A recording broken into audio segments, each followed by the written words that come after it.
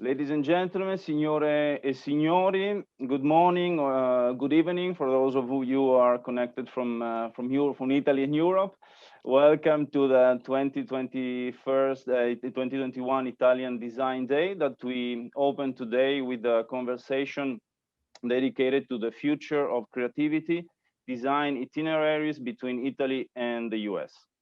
I would like to welcome as well and thank for having accepted our invitation today's guests and speakers who will lead us along these itineraries that are not only in space but in time too. So first of all, Professor Emanuela Ferretti, Professor Francesca Tosi, Dr. Claudia Becchimanzi, Dr. Lorenzo Mingardi from the Department of Architecture of the University of Florence. Thank you very much for your contribution and participation. Dr. Davide Turrini on the Department of Architecture on the University of Ferrara. Welcome, Davide. Thank you as well for being with us. Professor Michelangelo Sabatino, the College of Architecture of the Illinois Institute of Technology. And unfortunately, is not with us, but an ideal welcome and thank to Napoleone Ferrari, Director of the Museo Casa Mollino.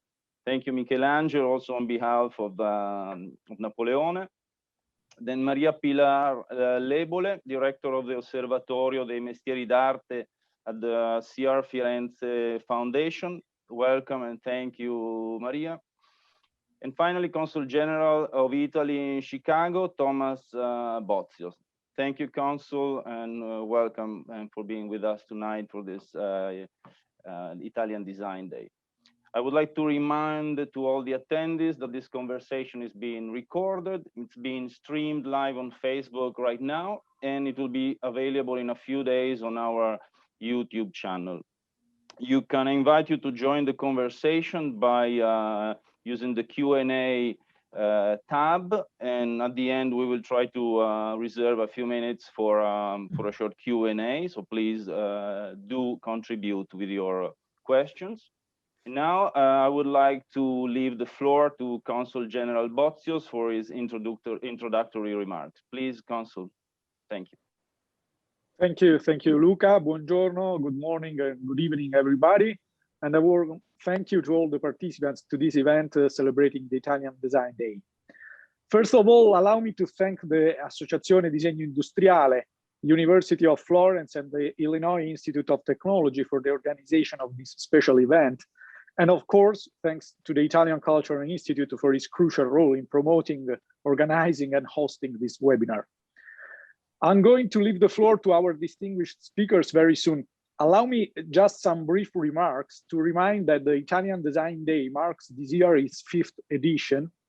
And as the previous one, as well, the previous one, is organized worldwide through the net of the Italian embassies and the consular offices around the globe under the direction of the Ministry for Foreign Affairs. And this year edition is a very special one, since we are celebrating the 160 years of diplomatic relations between Italy and the United States. And as well, it marks the 700th anniversary of the Sommo Poeta Dante. Let me say, somehow a pioneer of Italian modern creativity. Our contribution to this event starts from the activity of the research teams of the University of Florence and University of Ferrara about the exhibition Italy at Work, Her Renaissance Today, which was held at the Art Institute here in Chicago back in 1951. It was a time of renaissance after the disastrous consequences of the World War II at the dawn of the so-called Miracolo Italiano, a period in which the power of Italian creativity put the basis of Italian economic boom, and Italian designer influence was at the forefront of industrial design at global level. 70 years later, we are experiencing a sort of parallelism with that period. We have had a year and a half of terrible restrictions due to the pandemic. And now, thanks to the European and Euro-Atlantic cooperation, we set up strong plans for recovery our societies and economies. It is in conditions like this that the Italian creativity does its best, and we all look with hope to our maestri for a new starting point and a renaissance of our economies towards a more inclusive, sustainable, and equal societies. So let me wish this webinar every success, and thank you all. And I leave the floor to Luca. Thank you. Thank you very much, Consul, also for connecting today's webinar to the past and the present, and to the. And so, thanks to you, you bring us directly to the historical perspective that Professor Emanuela Ferretti and Davide Turrini, respectively from the Department of Architecture of the University of Florence and of the University of Ferrara, will lead us through with their talk dedicated to Italy at Work, 1951-2021, our Renaissance in Design Today. Thank you very much, and please leave the floor to Emanuela and Davide. Thank you so much, Luca. Thank you so much, Consul. Good morning to American audience, and good evening to European and Italy audience. And so welcome to everyone. I can begin. In the field of the most recent political, cultural, and economic exchanges across Italian national border, the relationship between Italy and the United States, in the first half of the 20th century, emerged as an exemplary case that the history of architecture and design can investigate, seeking new insight into the origins and the developments of globalization.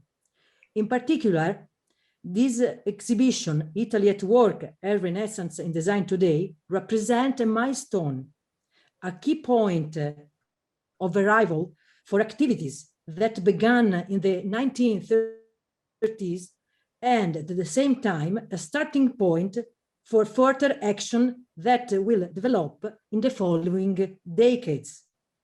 The exhibition opened in late 1915 in New York, and then was sent on a 3-year tour to 11 other museums in the United States. Among others, the Art Institute of Chicago from March the 7th to May the 7th, 1951. We see the catalog cover signed by Corrado Cagli, an Italian artist forced into a close relationship with the USA because of fascist racial laws. As stated in the documents of the time, the exhibition, I quote, stimulate interest in the commercial potential of Italy and had a successful commercial focus on Italian artisans, but the large stores in the United States. Moreover, as we say, Italy at Work follows a series of interesting events that we are going to briefly go over with a particular reference to the city of Chicago. Between 1933 and 1934, Chicago hosted the World's Fair entitled A Century of Progress. A great exposition whose main theme was the progress of science and technology. As part of the World's Fair, the Italian pavilion was designed by Adalberto Libera and Mario De Renzi. The column from Ostia Antica, donated by the Italian government, remains to remember this event. The pavilion presented artisans and small industries with a selection of products that only minimally represent the Italian manufacturing context. Disappoint the high expectation of the Italian community in the United States, which in Chicago was particularly big and active with 150 artisan professions practiced in 1934. In Chicago World's Fair, the arts also played an important role. We can recall, for instance, the exhibition of painting and sculpture lent from the American collection from June to November 1933, that was held at the Art Institute during the fair, and where 4 rooms were dedicated to Italy with important artworks from the 13th to 18th century. Italian art was, once again, on the stage of the Art Institute from November 1939 to January 1940, in the exhibition Masterpiece of Italian Art, arranged with the involvement of the Italian art historians Giulio Carlo Argan and Carlo Ludovico Raggianti.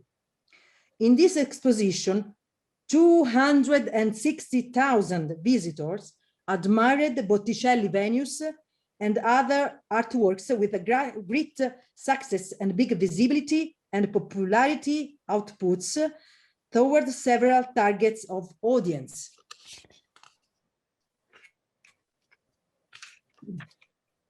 The Second World War cut off the links outlined so far, which had transformed works of art into instruments of diplomacy, certainly entrusted more to the masterpiece of the past than to the piece of work of contemporary times. This situation reversed with the end of the conflict and the new frame created by the Marshall Plan, when the relations between Italy and the USA found a new prospect of concretization through a careful look at promotion of Italy design and production culture in the America scenario. With the aim of enhancing the peculiar Italian link between regional creativity and executive quality, intellectuals such as Max Ascoli and, once again, Ludovico Raggianti are central to initiatives such as CADMA, the Commission for Assistance to Craftsmanship and for Distribution of Materials, that act as much in support of producers as in the promotion and renewal of the commerce proposal, involving the most important designs of the time, as the drawings by Carlo Mollino for furnishing testify. CADMA was founded in 1945 in Florence, with the delegations in several Italian manufacturing districts, including those of Veneto and Lombardy, and from the outset operated in synergy with HDI, Handicraft Development Incorporated, a foundation established by a group of influential Italian Americans. In April 1947, on the 39th Street in New York, HDI opened the House of Italian Handicraft to provide a center for the permanent display of Italian products and to promote contacts between producer, exporter, and buyers across the Atlantic Ocean. Arranged in 3-story building by the Italian architect Gustavo Pulitzer Finali, and featuring a large wall painting by Costantino Nivola, the House of Italian Handicraft is a veritable showcase that in just a few months has hosted 6 exhibitions dedicated, among others, to ceramics and textiles and Christmas gift, gardens and outdoor life. Please, Davide, it's your time. So in this context, where the artist Bruno Munari is significantly chosen for the graphic design of a catalog, works from the most important national manufacturers and of several contemporary artists such as Fontana, Guttuso, Leoncillo Leonardi and Marino Marini are exhibited under the watchful eyes of hundreds of American traders in a game of mirrors that reverberates the choices made shortly thereafter in 1949 by James Sobey and Alfred Barr in the curatorship of the important exhibition entitled 20th Century Italian Art at the Museum of Modern Art. The exposition at the House of Italian Handicraft are a natural anticipation of the Italy at Work exhibition, which is a real relaunch of the Designed and Made in Italy, promoted by a new joint stock company, the CNA, the National Craftsmen's Company, in which CA, DMA, and HEDI are merged. The objects to be exhibited were selected during a trip to Italy by Merrick Rogers, curator of the Decorative and Industrial Arts section of the Art Institute, by Charles Nagel, director of the Brooklyn Museum of Art in New York, and by the well-known American designer Walter Derwin Teague. Before being shipped to the USA, products were collected, photographed, and catalogued at the Uffizi Gallery in Florence. The criterion by which the pieces were chosen was based on their compliance with what was defined as a contemporary spirit, aimed at reinterpreting traditional forms according to the needs of modern times. Then on the quality of the execution, and finally on their possible success on the American market.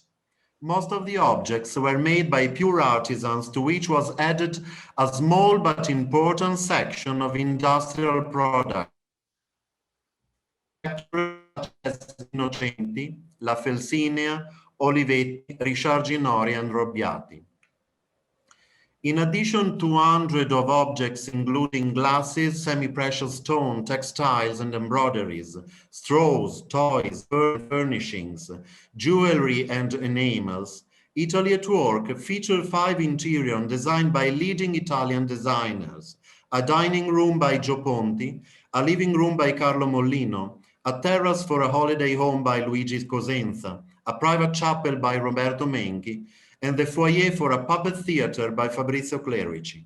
All these designers involved artists and artisans in the furnishing of these rooms, artists and artisans who were already present in the exhibition with their works, with particular reference to Lombard, Piedmontese, Tuscan, and Campanian manufacturers.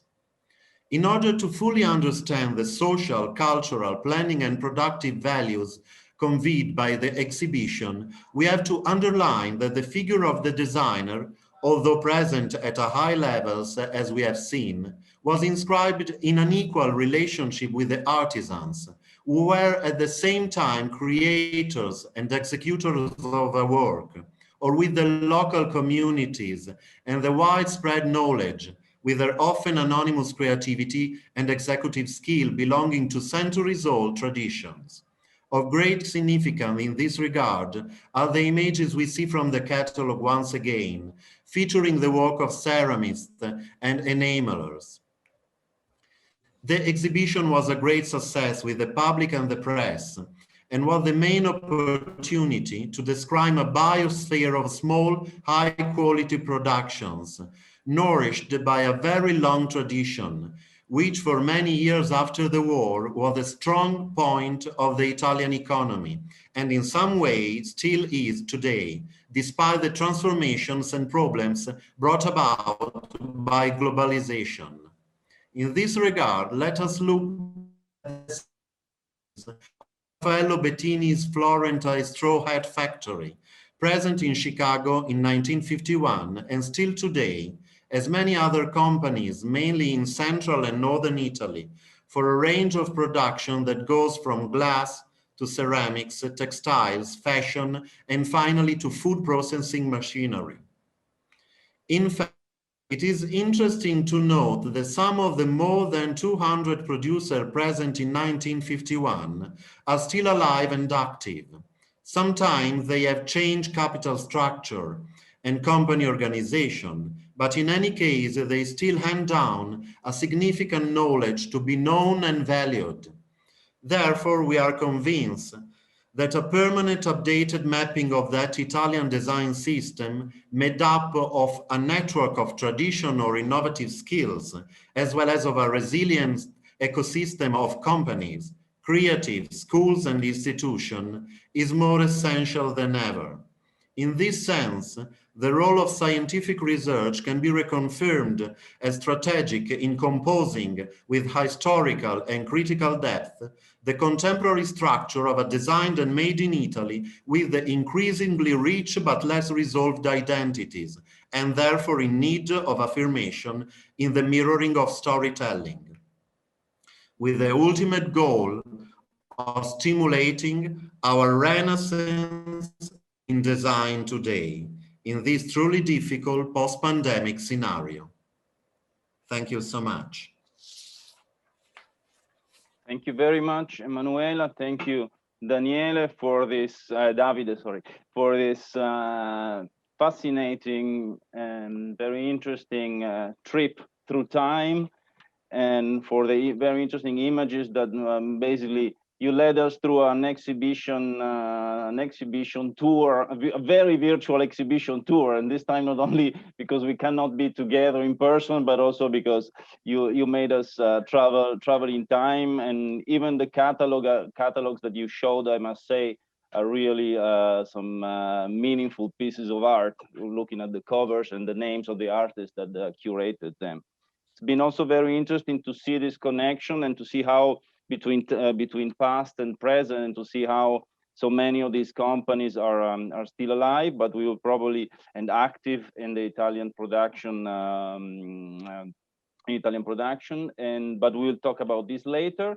But your first contribution also highlighted or started highlighting the meaning of let's say the strategical meaning of an exhibition like the one that was named Italy at Work. And in fact, this leads us directly to Dr. Lorenzo Mingardi's talk from the University of Florence, who will enlighten us about the promotion of Italian artisan production as a political statement. Please, Lorenzo, the floor is yours. Okay, I share my screen.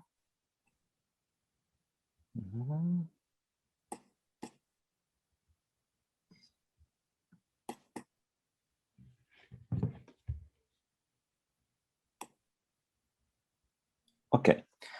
Good morning, good evening. Thank you very much for the invitation.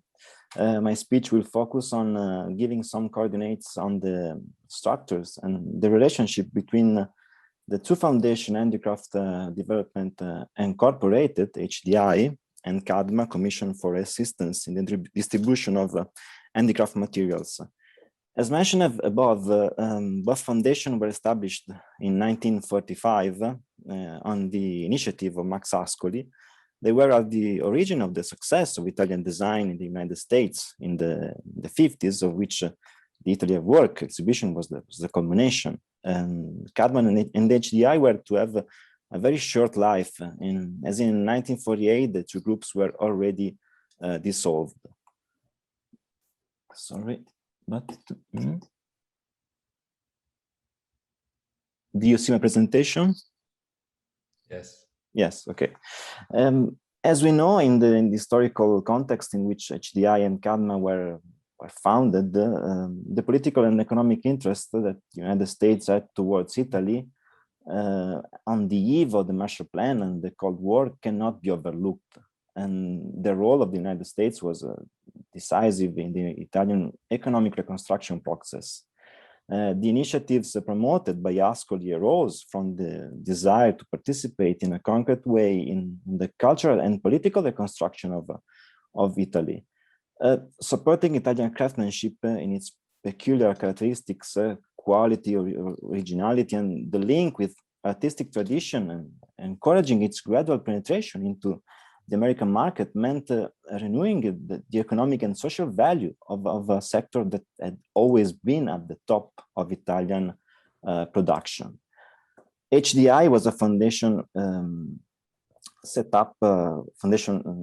New York, set up by some wealthy Italian-American businessmen. In addition to the political and economic motivations behind the initiative, the members of the foundation were convinced of the success of Italian handicrafts would have had among the American public. The HDI was a foundation financed exclusively by private donations and a non-profit company. The New York organization consisted of a board of directors and an advisory committee. Let's give a few names. Of the board included Max Ascoli, of course, Paolo Germi, importer of Italian fabrics to America, the economist Bruno Foà, René Doncourt, the future director of Museum of Modern Art in New York, Anna Rosberg, and others. And the advisory committee included Nelson Rockefeller, the nephew of John Rockefeller, the actress and intellectual Ruth Draper, and prestigious families politically close, very close to the Roosevelt administration.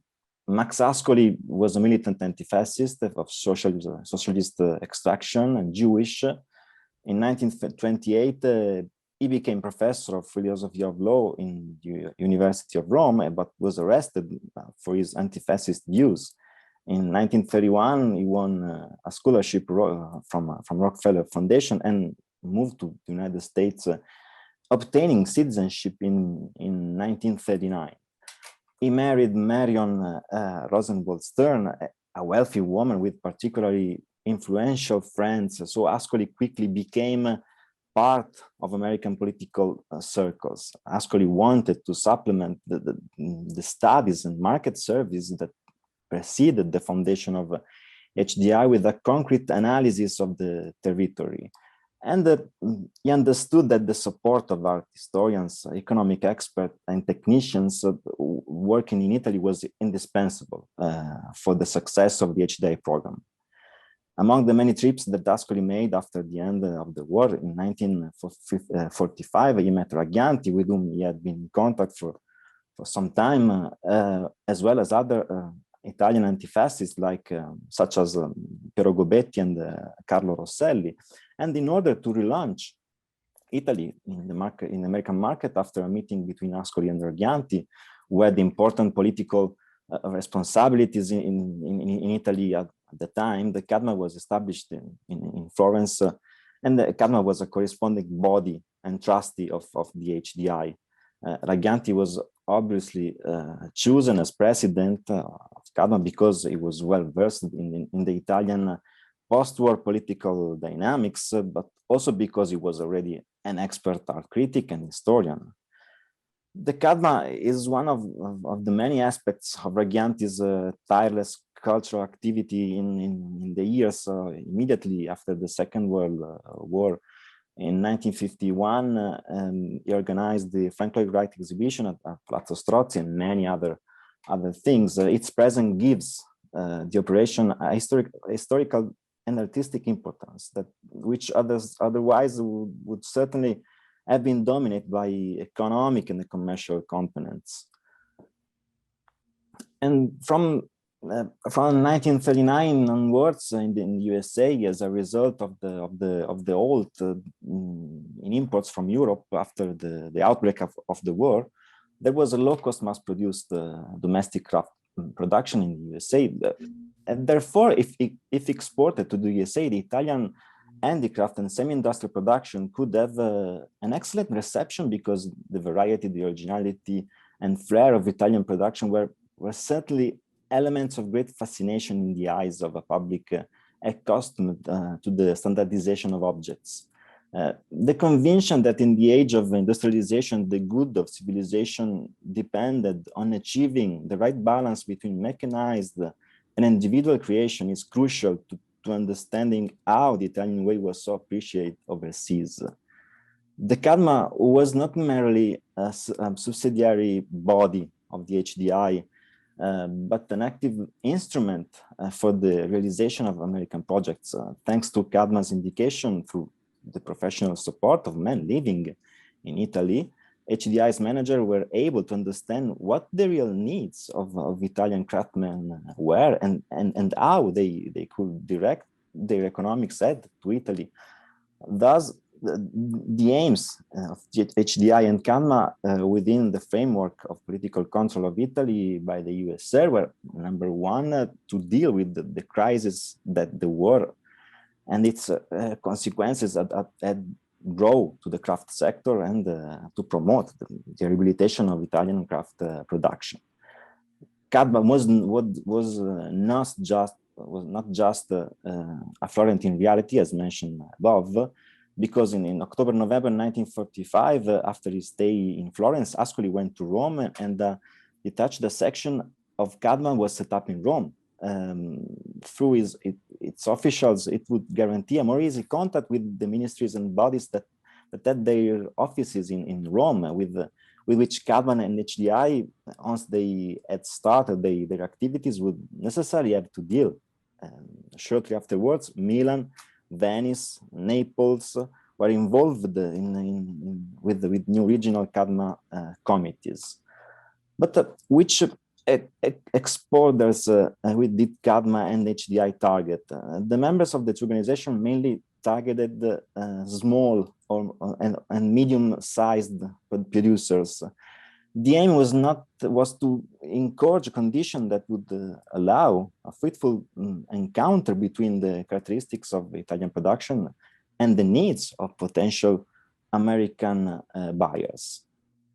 See, for example, this printed brochure for exporting craftsmen with a short text containing lists of members of both institutions and explaining the intention of CADMA and HDI. And the text is focused on the fundamental prerequisites for the rebirth of Italian craftsmanship and its reassertion on export markets.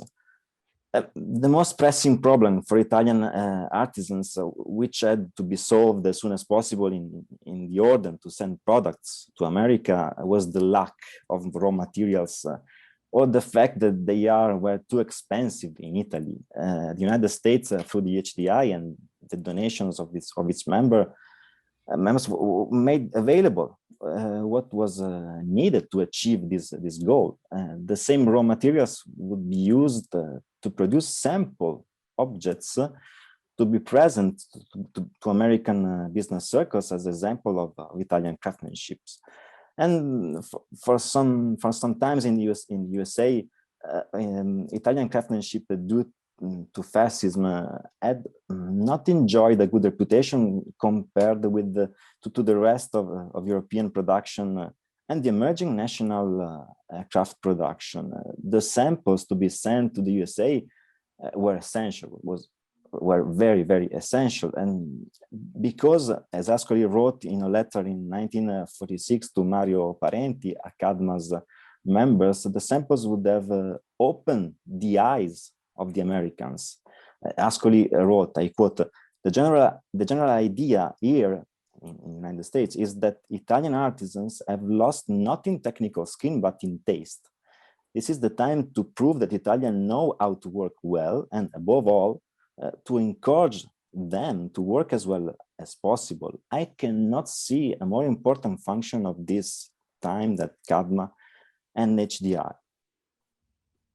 And as mentioned above, in Ascoli's letter to Raggianti, dated July 1946, Ascoli informed his friend that he had bought a small building in New York in 49th Street, so that in the following month, Italian samples and products could have their own exhibition space and proper visibility. And sometime later, in that building, the House of Italian Handicraft was inaugurated. It was the site of HDI's permanent sample exhibitions and the venue for initiatives aimed at spreading knowledge of Italian artistic handicrafts in America.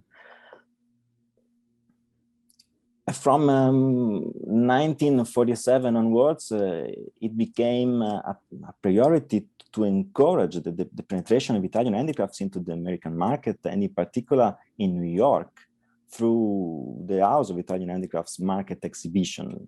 This was an operation that had all the appearance of modern fair trade initiatives. The members of the organization did not act as agents or intermediaries between manufacturers and buyers. The two organizations were not commercial entities, but temporary instruments of assistance and facilitation free from private interests of any kind. CADMA would procure the most suitable items for the American market, and HDI would promote the orders and purchase of American traders in Italy. And the selection of Italian products to be sent to New York involved all the representatives of the various regions of CADMA. And the objects were displayed in the museum and presented to an audience of potential buyers. Let's take a quick look at the exhibitions held at the House of Italian Handicrafts. The first one in April 1947 is the first exhibition of post-war Italian handicrafts in America, and the inaugural speeches broadcast by NBC. And in June 1947 was organized an exhibition with handmade wooden table, onyx cloaks and other stuff, some example of ceramics from Faenza made by Pietro Melandi and others.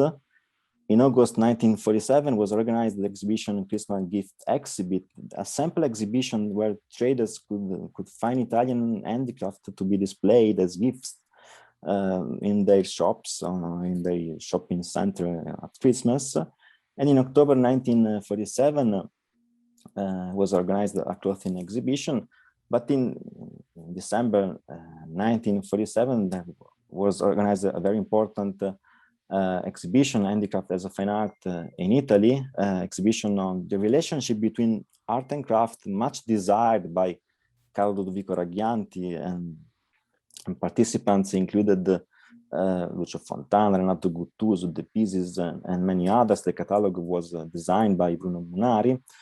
And the last exhibition of HDI and CADMA in New York was Life in the Open Air.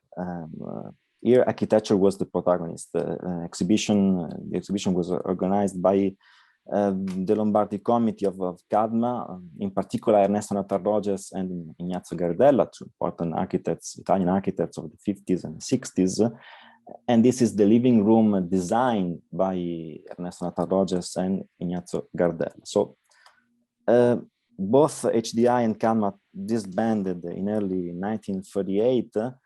However, after the end of the CADMA and HDI affair, America's support for Italian craftsmanship continued. For example, on December 1948, Washington Export-Import granted a 5 years loan of almost $5 million to the Italian craft sector for the purchase in the United States of raw materials and equipment to facilitate the export of Italian craft products abroad by reducing production costs and improving quality. So in conclusion, the most enlightened personalities of the CADMA and HDI project were not content with the ephemeral commercial success. The idea that ran through all their work, all their personality involved in the organization, in particular Max Ascoli and Ragghianti, was to encourage the production of quality, the production of quality Italian products. Thanks a lot.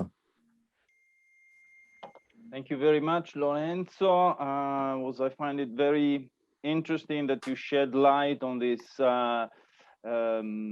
crucial work that was done behind the scenes in order to support and help Italian design and craftsmen to start again after these disasters of the war. And it's been also very nice to hear the names of Piero Gobetti and Carlo Rosselli, which also, of course, represent part of this renaissance.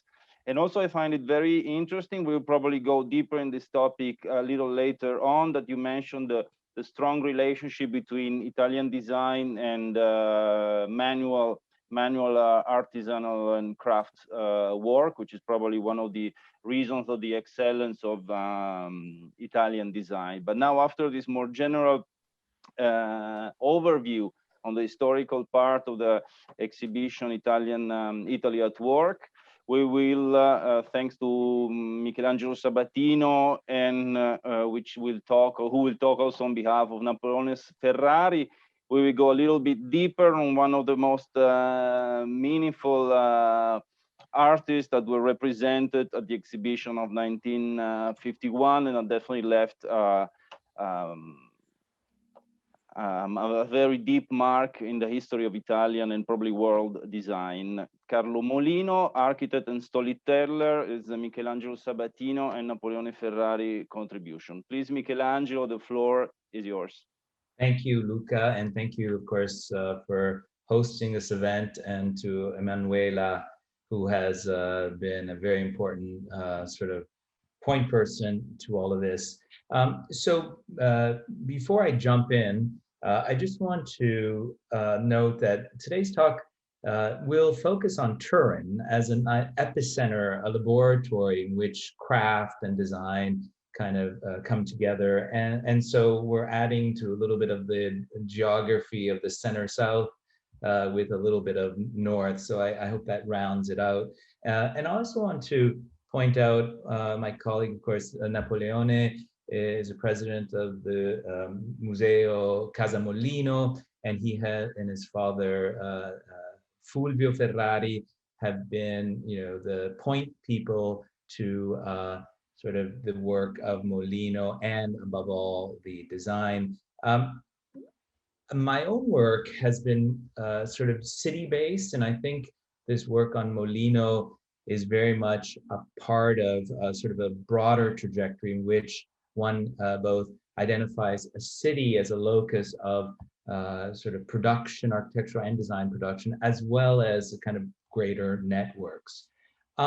So you probably all know this, that the table that was displayed at the Italy at Work exhibition, table designed by Carlo Molino, was recently designed by Sotheby's, sold by Sotheby's, and I will tell you the exact price: $6,181,351 US. So Molino is a hot commodity. So today's talk will focus on his work as an architect, and of course, in the Italian context, many architects were also designers, and that could not be more true for Molino.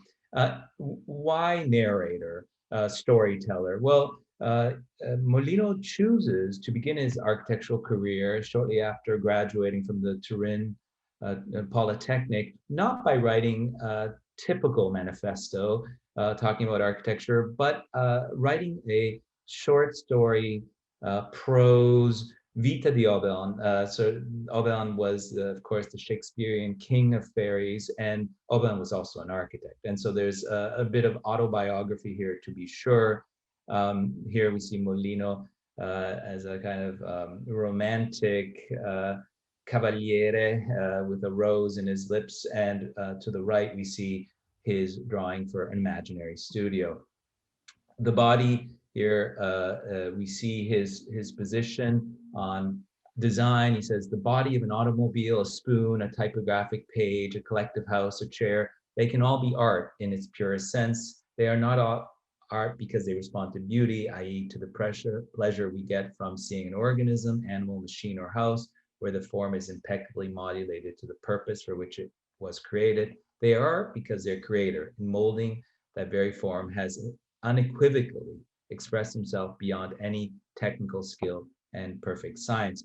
That phrase perhaps explains why Molino never had followers, so to speak, and basically he also somehow fell through the cracks. I mean, of course, we talk about him today, but in terms of the traditional sort of historiography of modern architecture, he is not substantially represented. In fact, this, perhaps his masterpiece, sadly demolished in the 1960s in Turin, the Horse Riding Club, speaks to the amazing sort of work that he was doing somewhere in between lyrical rationalist of the 1930s and surreal and expressionist. That perhaps explains why with a figure like this, who gleaned from multiple sources, it was difficult to pinpoint. And lazy architectural historians like easy categories with which to pinpoint difficult characters.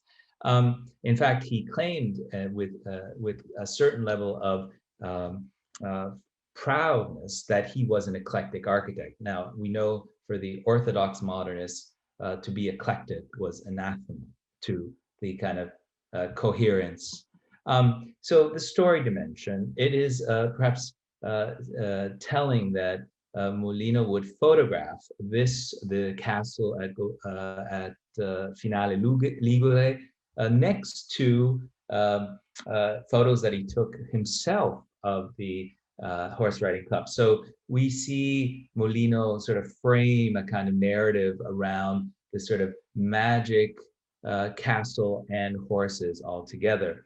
But the amount of cues, both artisanal, machine, that coexist in the work of Molino are extraordinary. Here we see to the right a view of the red, violet, diamond rustication of the horse riding club, a beautiful ad for the Fiat 1500C on the bottom right.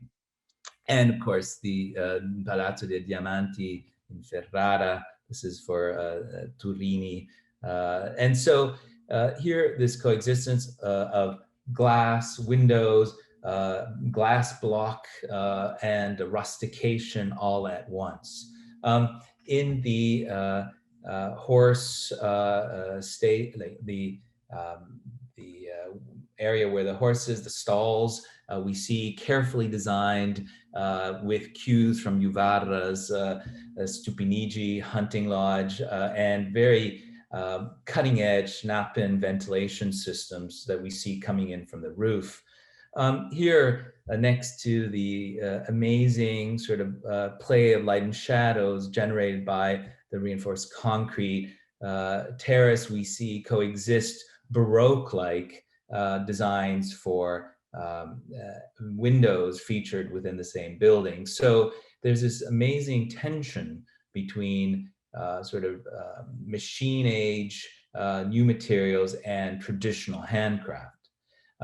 Here in these Art Nouveau inspired staircase, we see the use of cutting edge glass with sort of the Art Nouveau inspired handrail. In his interiors, early on, none of which exist, at least the pre-war, pre-World War II interiors, we see him negotiate a series of cues, in this case for the Casa de Valle, #2, who was commissioned by Giorgio de Valle, an affluent a lawyer turned businessman with his family who was involved in textiles. We see this interior finely crafted and this little temple that opens up to reveal secrets. In the Casa de Valle, #2 as well, extensive use of textiles, this tufted sofa that of course is a explicit reference to Dali's May lips. So this is even more poignant because of course de Valle sort of was an entrepreneur, businessman whose family produced textiles. Of course, we're going very quickly here in the immediate post-World War II years. Amidst the ruins of Turin, we see also a rebirth thanks to industries, the automobile industry, like Fiat, celebrated here to the right. And there we enter Italy at work, her design in Renaissance and design today. And we see at the bottom right-hand corner, Molino's contributions there to the table. But what's really interesting is although Molino did not eventually realize the club and hotel that Adriano Olivetti had initially commissioned him here in Chicago, and this is a wonderful, somewhat fluky observation I made. If you pay attention to the right-hand side of the John Warren Matusimi designed Johnson headquarters, you make out Olivetti, right? And so this was Michigan Avenue, a very prominent place. So this photo is of 1970. And so we see that well beyond Italy at work, the presence, for example, of Olivetti is felt not only in New York, of course, through the showroom of BBVR, but also here in Chicago. Again, these are some of the reception of the Italy at work and Molino's table. Here too, we see how Molino draws upon sources that are traditional, and he innovates within these models.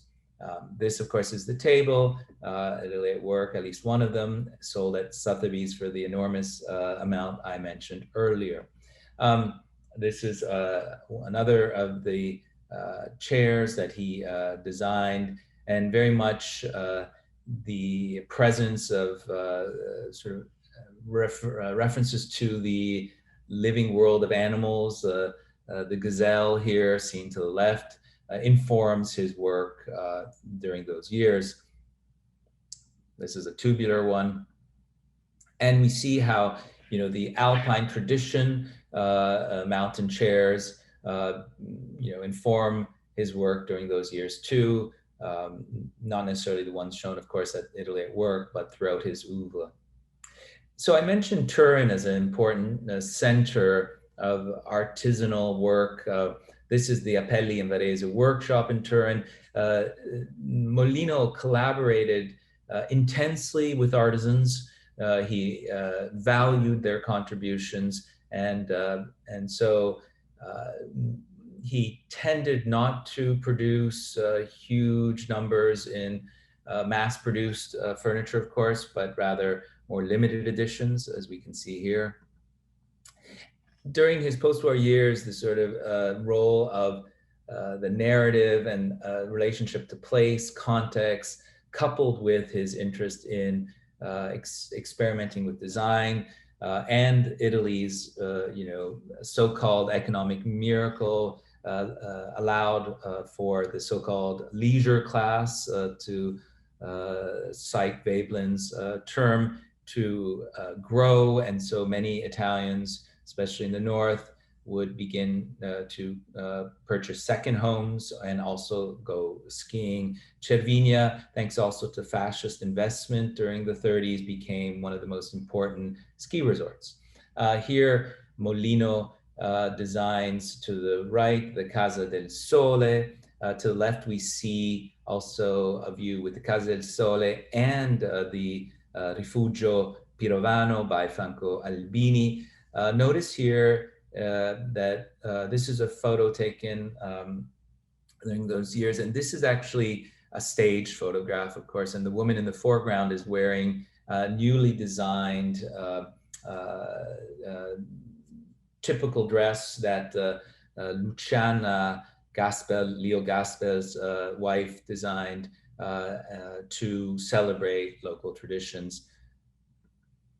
So in the Casa del Sole, here we have a sort of coexistence of, you know, locally sourced materials like stone and reinforced concrete and wood. And so there's constantly this Molino's ability to tell stories about site. And if you look here, he's has this amazing Tibetan village sort of drawn in alongside his Casa del Sole. He was very much against this idea that you could not insert a tall building within a very delicate natural environment like the mountain environment. He was very bold in his embrace of site and of type.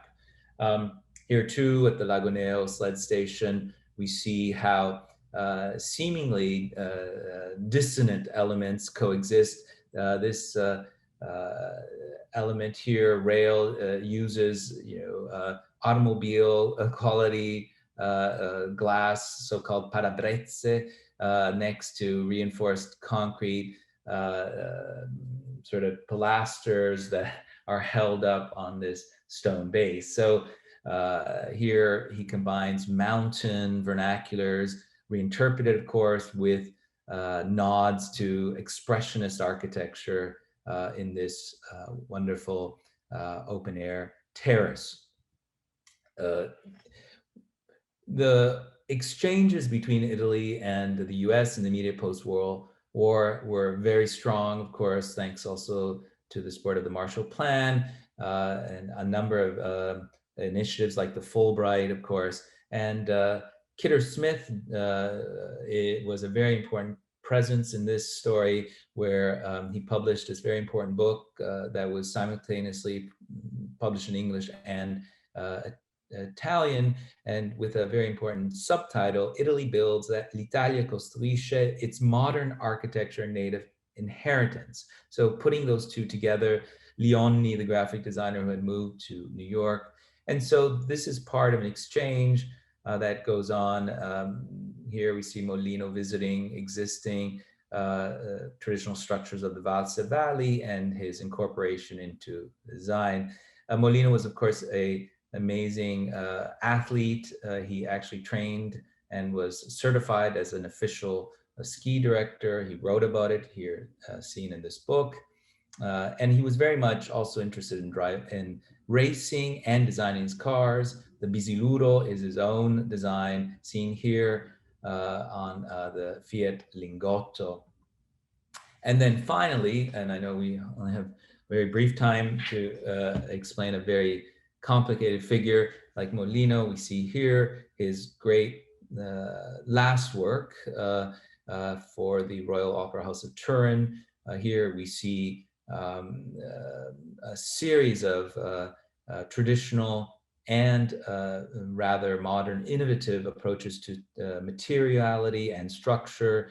Of course, the stars that we see as part of the curved facade draw heavily from Palazzo Carignano by Guarino Guarini. This image to the right, left rather, we see how he sort of imagines this almost curtain of brick and glass within the urban context. Here we see the references, more specifically the Bugnato, the stars. So Molino, I think best embodies the Italy work sort of trajectory of artisanal crafts approach to building alongside very bold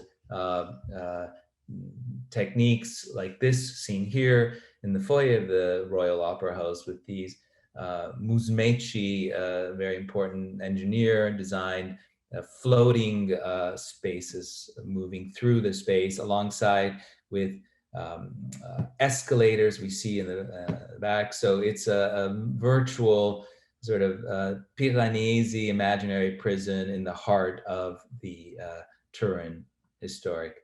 And with this, I close. This is the image that we started with, Molino holding an egg, which is the form that he used to explain the interior of the Turin Opera House, and the most important element, sort of a return to the beginnings of humankind and the beginnings of theater, this egg, womb-like egg that becomes the center of the spectacle. And with this, I close. We are in the process of publishing a book which will come out in Switzerland for Park Books at the beginning of September. So thank you all for your patience, and I will take any questions after the end of our discussions. Thank you very much, Michelangelo, for this effort to concentrate and shrink in just 15 minutes such a rich and probably figure of artist, architecture, and designer as Carlo Molino. I think if I should what I was more impressed with in your presentation, and probably what comes out of for the figure of Carlo Molino, is probably his constant conversation that he was able to create between past and present, between tradition and innovation. And now there's this conversation between both in terms of shapes, materials, and also between nature and artifacts. which is probably one of the elements also crucial in Italian design, and what probably makes also one of the elements of the excellence in Italian design and architecture. And as I mentioned, artifacts and craftsmanship and materials, I would like to move from Torino to Florence. So with Maria Pilar Lebole from the Osservatorio of the Arti e Mestieri, we will concentrate on Florence at work, the past and the future of artistic craftsmanship. Please, the floor is yours, Maria.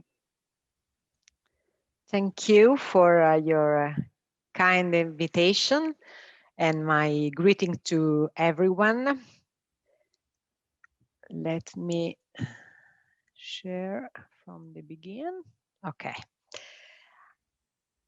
As you are aware, the relationship between the artisan workshops that took part in Italy at Work exhibition at the city of Florence is very close-knit, just like the network that our association has always developed with the Florentine artisans.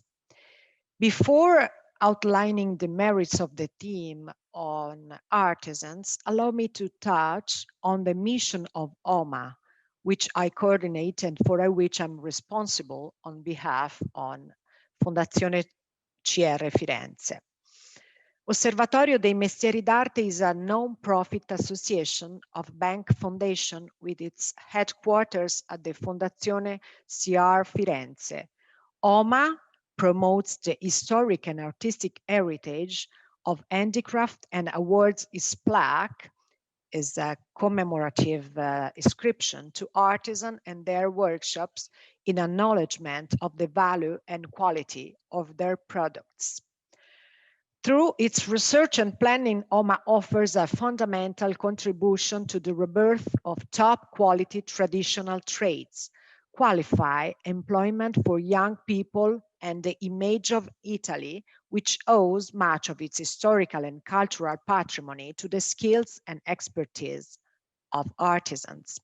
As a result, the Florentine and Italian artisan workshops that form part of the OMA network account for more than 470 activities which follow our initiative and collaborate in the development of quality artistic craftsmanship together with a dense network of institutions and partners.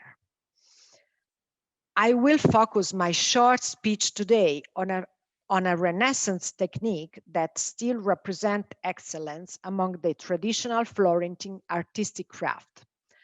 I'm talking about the working of commesso, hardstone mosaics, micromosaics, and scagliola, which ever since the Renaissance have represented typical materials and technique of the most refined artistic production. Appearing in Florence among the art, stone, and mosaic companies described in the volume Italy at Work, and more specifically in Santa Margherita Montici, is the name of American painter and architect Richard Blow, who dedicated himself to Florentine mosaics, studying the enormous variety of nuance of the natural stones found, for example, in the Arno River. Stones defined as poor, like Arno green, gabbro, dentrite, and alberese. In his Montici workshop, he collaborated with Bruno Lastrucci, who later became artistic director of the Musiva. Bruno Lastrucci remained at the Musiva until 2001, when he decided to devote himself exclusively to his own creation in artistic studio in Via dei Macci 9, assisted by his son Jacopo. Still today, the workshop and museum in the Santa Croce district of Florence is an example of admirable artistic craftsmanship. Also in the city, a stone throw from the Opificio delle Pietre Dure is a workshop containing the Pietra Dura prodigy, is Scarpelli mosaics. Having started as painter apprentice more than 50 years ago, Renzo set up a workshop for producing tabletops, panels, jewelry, and giftware thanks to his great skill in assembling marble and polychrome stones in an artistic pattern after cutting them into extremely thin layers, which were the joining together to create stone paintings. Renzo, the maestro and progenitor, wanted the whole family with him in his enterprise. His son Leonardo followed in his father's footsteps, and together they collected marble and polychrome stones on the banks of streams and rivers and in the hill around Florence, which they cut into strips 2 or 3 millimeters thick and joined together to make stone paintings. Using sawn cherry, hazel, or chestnut together to make stone paintings, were left to mature for 5 or 6 years, and thanks to the abrasive powder and extremely precise cut is ensured. The perfection of the art stone workmanship is at the heart of the refinement of the Florentine workshop.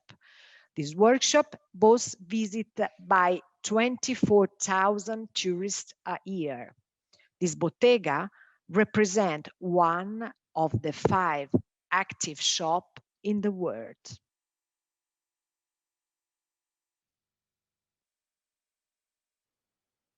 The Traversari family have also been involved in mosaic work for 4 generations. In 1870, the small souvenir shop was already specialized in high-quality micro-mosaic costume jewelry. And in 1944, the Traversari brothers, Alfredo and Aldo, moved the production of micro-mosaic jewelry and crucifix to Via Pindemonte in the Porta Romana area. This technique, which originated in Rome at the end of the 18th century, uses, instead of the traditional square tessere, so-called teghe, thin rods of glazed glass fiber in various shapes and colors. These are obtained by placing sheets of Murano glass in a special furnace, and thanks to the skill of the spinner, they are fused together to obtain different colors and molded into various shapes, such as rose, petal, leaves, and many more. The business, now run by Daniele, Letizia, and Aldo's son, Lorenzo, has revived the late 18th century technique of micro-mosaic or minute mosaic, used glazed glass or grass pass combined with Murano metal, oxided, transformed, or radar span with a delicate recasting process into thin rods known as teghe for obtaining tiny tessere. And then Alessandro, with his son Leonardo and sister Elisabetta Bianchi, are still the biggest collection of Hugford 18th century scagliola.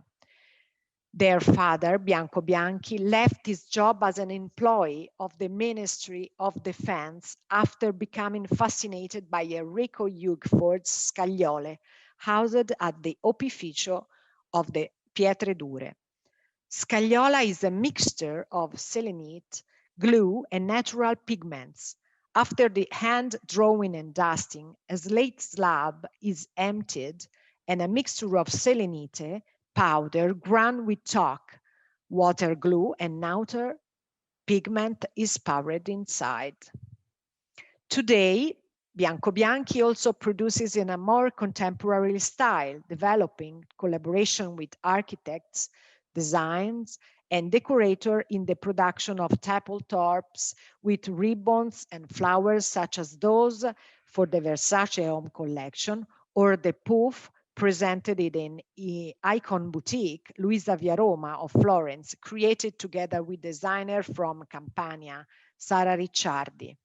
The jewelry of the recent Dolce & Gabbana fashion show. The great merit of Alessandro and Elisabetta today is that of knowing how to combine traditional technique with design by fostering collaboration with accredited names in international design.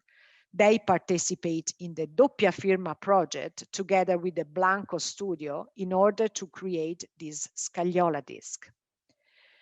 During a recent award ceremony organized by the Star Hotel Hotellerie Group as part of La Grande Bellezza project, inspired by the concept of light, the Nirvana table was created together with designer Luca Tornaghi. Here we can see several preparatory drawings and the finished product. So this artisan, considered by many as belonging to an obsoleted world and as such mere representative of trade in danger of extinction, overwhelmed by the popular low-cost product, revered by the large-scale industry that churns out massive and impersonal production, today represent a unique and unrepeatable power, that intelligence of the hands without which the Made in Italy model would never have existed. They work in the pursuit of perfection and creativity and are Italian souls who want to experiment, research, and achieve perfection, graceful proportions, elegant beauty, culture, and know-how, all useful components for transferring to young people the experiences needed to deal with a present-day profession made up of manual skill and entrepreneurship. Thank you for your attention. Thank you very much, Maria, for this contribution, which highlighted one of the crucial elements of Italian design, which is probably not only the handwork, but also this production model based on local family traditions that are able to become global, and as well for this continuous link between past and present through time. So as you brought us after talking about the past, you let us step into present. Now, I will soon leave the floor to Professor Francesca Tosi and Dr. Claudia Becchimanzi from the University of Florence, who will not only talk about the present, but also will allow us to step into the future with their contribution about reshoring the Made in Italy, excellence and creativity, design as a tool for innovation, competitiveness, and enhancement of the know-how and handicraft expertise. So Professor Tosi, Dr. Becchimanzi, the floor is yours. Thank you. Thank you very much. I hope you can hear me. And yes, so yes, we can. And we can see as well your screen. Everything is good. Thank you. Good evening and good morning, everyone. I'm very pleased to participate in this meeting. Very interesting, really. And our intervention is restoring the Made in Italy excellence and creativity, and concerns the relationship between the basic values of Made in Italy and Italian companies of design, another part of the present and of the past, and the relationship with the most recent trends of Italian companies of excellence toward the return to local production, the so-called reshoring phenomenon, and at the same time, the role of design within this trend. Made in Italy is characterized, as known, by the synthesis of craftsmanship, entrepreneurial ability, and capacity for continuous innovation, both product innovation and innovation of corporate strategies. These characteristics have always been the basis of the success of many Italian companies, in particular of the so-called companies of excellence of Made in Italy and companies of design. At the center of success is, in particular, the ability to create products of the highest quality, quality of design, quality of materials, quality of workmanship. And in this slide, we wrote that a key factor for the competitiveness of Made in Italy firms is the attempt to translate a non-reproducible cultural and productive heritage into design innovation. In this regard, a phenomenon of great interest in recent years is the so-called reshoring. It's very important for Italy and for Europe in general, because many companies, and not only in Italy, tend to bring production back to their own territory. The reasons are obviously many. The possibility to control the workings, the great consolidated experience in the production chains, in this case, the hour in Italy, the higher cost of labor, but the greater proximity of production to the central company. This phenomenon is closely linked to the basic characteristics of Made in Italy and its tradition. The value of Made in Italy products is based on multiple factors, often intangible and not measurable, and above all, difficult to reproduce.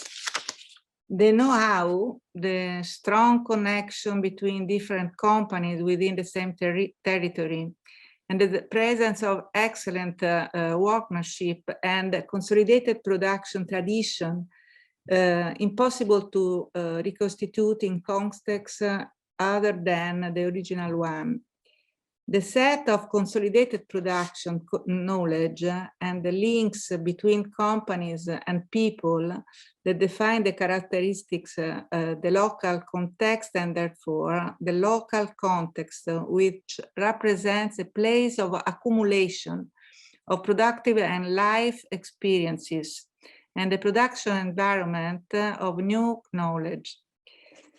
The globalization and the internationalization of the markets has obviously led to very strong competition, also in terms of quality.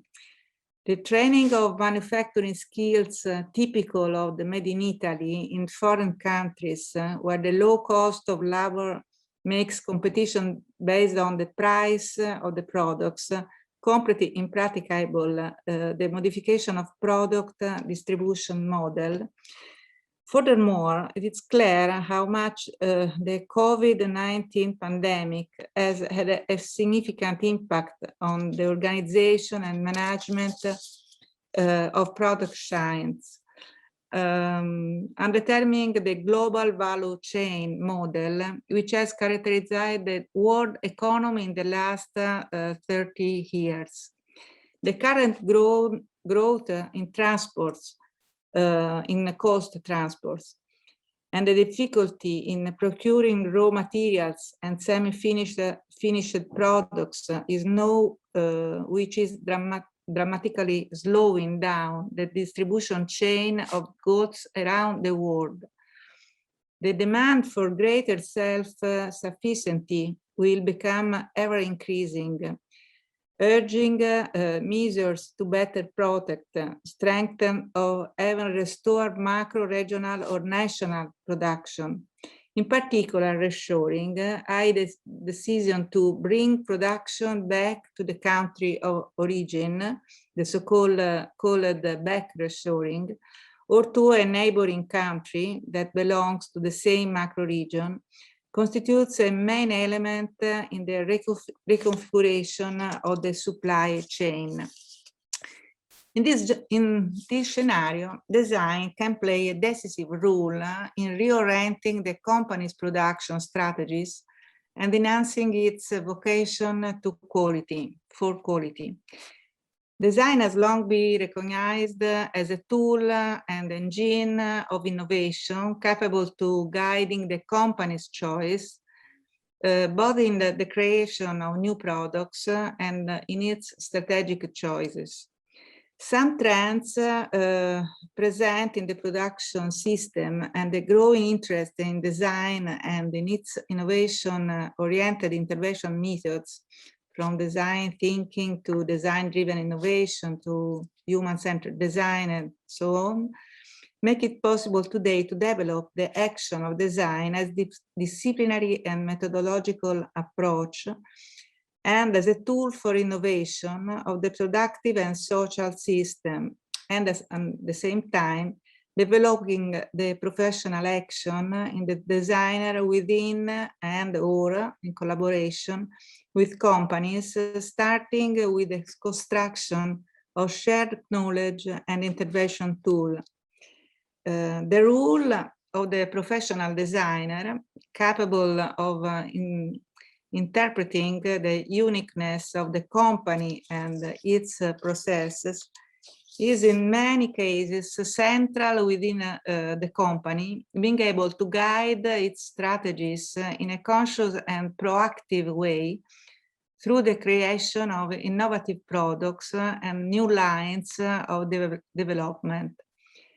A fully recognized rule in these cases made visible by the signature of the products and essential for their success. The know-how is the basis and the essential factor of the quality of production, of the corporate identity, and of the success of the company. Know-how characterized many important companies made in Italy system. Ferragamo, Alessi, Gucci, Lago, Sinalunga, and so on. For these companies, the innovation capacity takes place thanks to the ability to recover and maintain at a higher level of organization the great quality of know-how of craftsmanship work, together with great capacity of innovation. In this field, the design is very important in Italy, in or with the company's strategies. I give the floor to Claudia Mecchimanzi, who will present some examples of this theme. And thank you so much to all. Thank you so much. Good morning and good evening to everyone. Thank you for the invitation. We start from Salvatore Ferragamo, which is the symbol of the balance between classicism and experimentation. Salvatore Ferragamo started as a simple showmaker, but he reached global fame. And here we can see Ferragamo with the wooden forms of his famous clients. Among those, we remember the famous Marilyn Monroe. Salvatore Ferragamo's company is the symbol of experimentation, but also of territorial identity. It is the return of companies of excellence to the local production is very advantageous for the value of the product, but also for the company in terms of their recognizability and their desirability by the consumer. It is also linked to the communication of the territorial identity. The direct relationship with the local production is profitable because it gives to companies the possibility to rely on skills of highest standards, which are not reproducible in other production contexts. The company has the possibility to control the entire production process, but also to preserve the originality and uniqueness of materials and products. Salvatore Ferragamo's company has its roots in the past, but it looks forward the future. They pay a lot of attention to sustainability, innovation, digital creativity, craftsmanship, teamwork, art, culture, and community. For example, to celebrate the bond between the tradition of Made in Italy and the brand's commitment to sustainable development, they create Reborn Future, a remake of the famous shoe. We prepared some video. I will move forward just to show how the craftsmanship and the innovation of technology are mixed within the Ferragamo's production.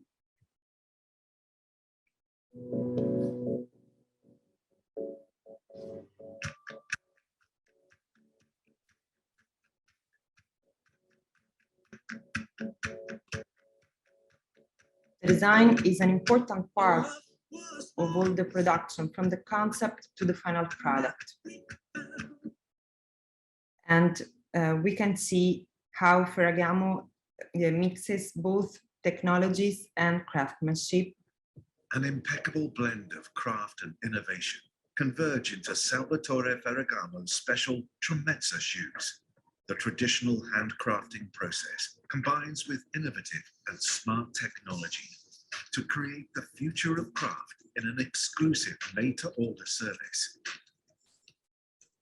From the comfort of his home, the client can access a virtual space to meet the store assistant and see various options to customize the classic Tremezza shoe in a rich, interactive experience on any digital device. With the mixed reality technology, this unique customization service allows the client to browse among Tremezza models through the eyes of the store assistant in a real-time digital experience. The client can add his personal touch to an emblematic house icon, creating his own masterpiece, which he can purchase by calling or visiting the store. Prestige detailing, quality materials, and a comfortable fit are hallmarks of all Ferragamo shoes. But they approach the sublime with the 160-step Tremezza technique, an iconic house construct. So we can go on with Brunello Cucinelli, which is the one of the most famous companies for the production of cashmere in Italy. Brunello Cucinelli identifies his true meaning and aesthetic research in manual work. For Cucinelli, manual work and craftsmanship are the most authentic expression of people's humanity and creativity. In recent years, many companies of excellence focused on a production characterized both on the added quality and refinement of the product, and also from the recognizability of the company brands and its territorial identity. This is intended not only as the geographical belonging of the brand, but also with its identification with the territory and its productive structure. Cucinelli's cashmere is the symbol of the vocation of the Perugia territory towards the high quality processing, and also of the extreme attention that the company pays toward the safeguard of the heritage and the territory. Cucinelli mixes technology and tradition. As they say, the secret lies in always finding the right measure in combining manual work and creativity with contemporary and innovative tools. Also here we can see how the know-how, an essential component of the quality of production and the company's identity, always characterizes many leading companies such as Brunello Cucinelli that produce top quality goods and that can respond over time to the market demands and changes. In fact, many companies are based on the excellence and uniqueness of the product. They keep the craftsmanship within their production processes, highlighting it as a rare and immutable value closely linked to the industrial dimension. We move on with Soralunga, which is a very pioneer in the field. They produce groundbreaking products. They are the first to conceive the auto-scale pot and also an illuminated pot. Soralunga mixes technology and innovation. They are the first in Europe to develop rotational molding technologies and also new lacquer technologies using powders. They are also the first in Europe to exhibit an industrial vase in a museum. So Serralunga pays attention to detail and also to the enhancement of heritage and craftsmanship. They collaborate with many top designers from all over the world. We can see Denise Santachiara, Ettore Sosta, Stark, Karim Rashid, Zadid, and so on.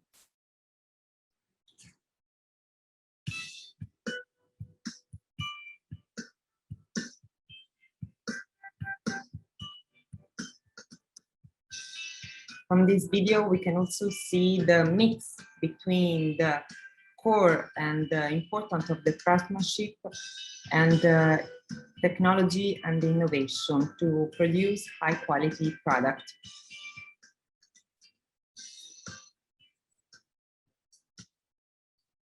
I move forward because we have a very short time, but it is very interesting how the traditional craftsmanship is applied within an industrial process.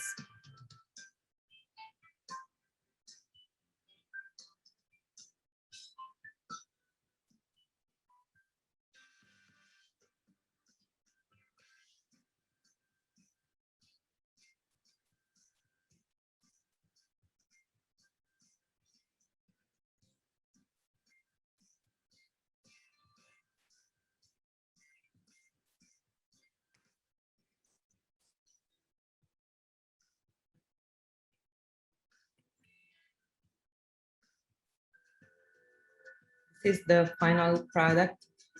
As we can see, they are very original and unique, thanks to the importance of design and the craftsmanship.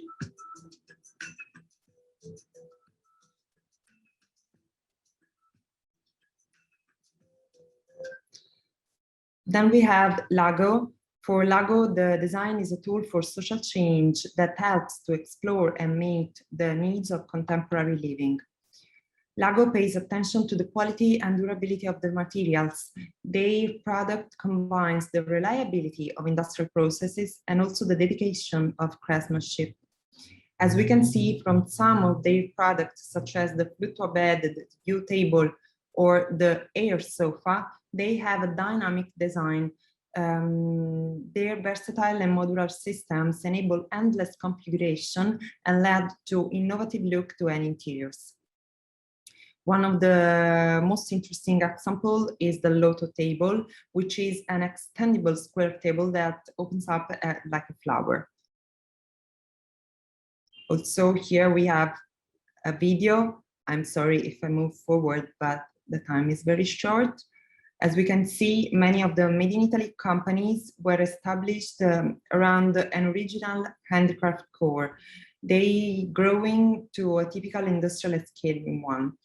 Their development took place thanks to the ability to safeguard and enhance the expertise and the experience of craftsmanship.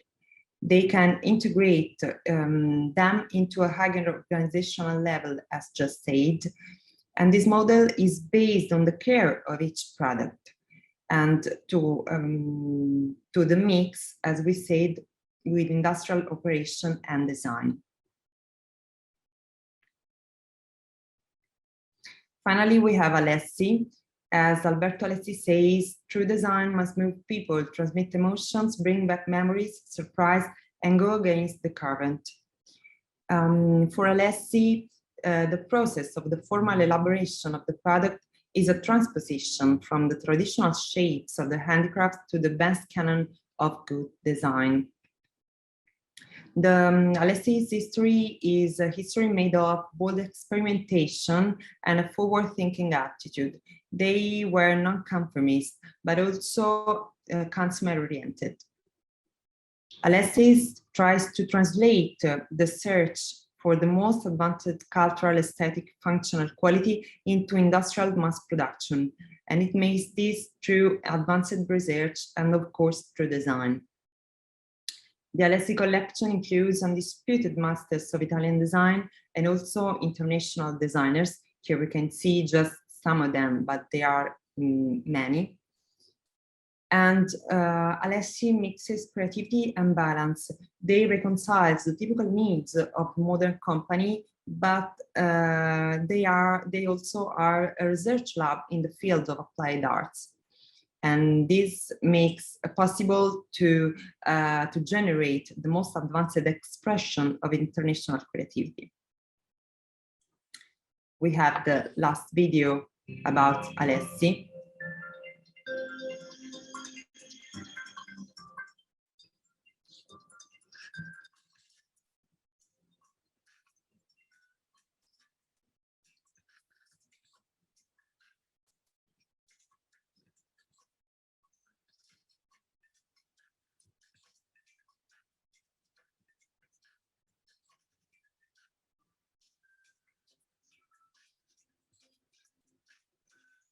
So the quality and know-how enhancement approach characterize both companies that are traditionally active in the luxury and excellence market, but also companies that are strongly oriented toward technologies and product innovation.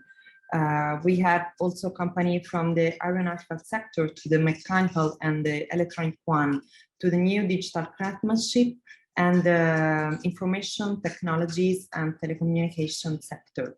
So we just see some case studies, but the application of the Made in Italy are very wide.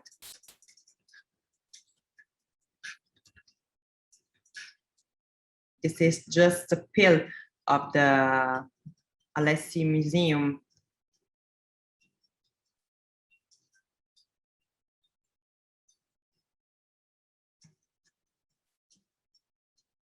With some of the iconic products that makes Alessi famous all over the world.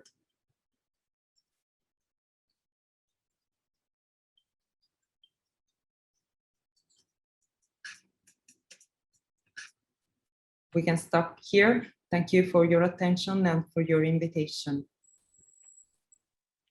Thank you very much, Francesca and Claudia, for highlighting finally as bringing us to the present and the future, as I said, and highlighting how design today combines tradition with innovation and technology.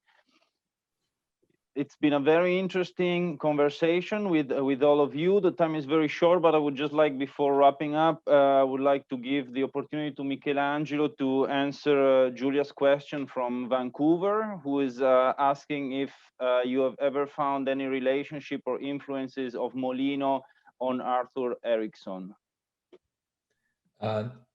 None whatsoever. Okay. although I will say that Giuseppe Mazzariol, who was one of the first historians to write about Carlo Scarpa, had a very close relationship with Arthur Erickson, and he said that Erickson was one of the few that he would allow to build in the Venetian lagoon. So from Vancouver to Venice, so there you have it, but no Molino as far as I'm concerned. Thank you, Michelangelo, as well for touching the point so clearly. And so I would like to thank you all of you, because I find that we have touched all the crucial elements about Italian design through history. We have talked about beauty, function, the traditional Italian production system, and of course the local traditions that becomes global, which probably all of these are crucial elements to Italian design. I'm very glad for this cooperation that we inaugurated today with the University of Florence, the University of Ferrara, with the Osservatorio of Arti e Mestieri in Florence, and with and the continuing cooperation with the Illinois Institute of Technology. So for sure, this is a topic that is very important for the Italian Cultural Institute and for the Consulate General of Italy in Chicago. Therefore, this is definitely the first step of a series of events that we want to develop through the rest of 2021 and 2022. Hopefully, there will be opportunities to see each other as well in person, because we talked about materiality and physical and objects, and this is exactly what we lack today. but I hope that in a brighter future we'll be able to touch things as well. So thank you everyone again. I just remind you that the video will be available in a few days on our YouTube channel, and of course it will be still visible on our Facebook page. Thank you again, everybody. Thank you all. Thank you. Thank you. Bye. Thank you. Thank you. Bye. Goodbye. Bye. Goodbye. Goodbye. Bye. Thank you. Thank you. Bye-bye. Bye.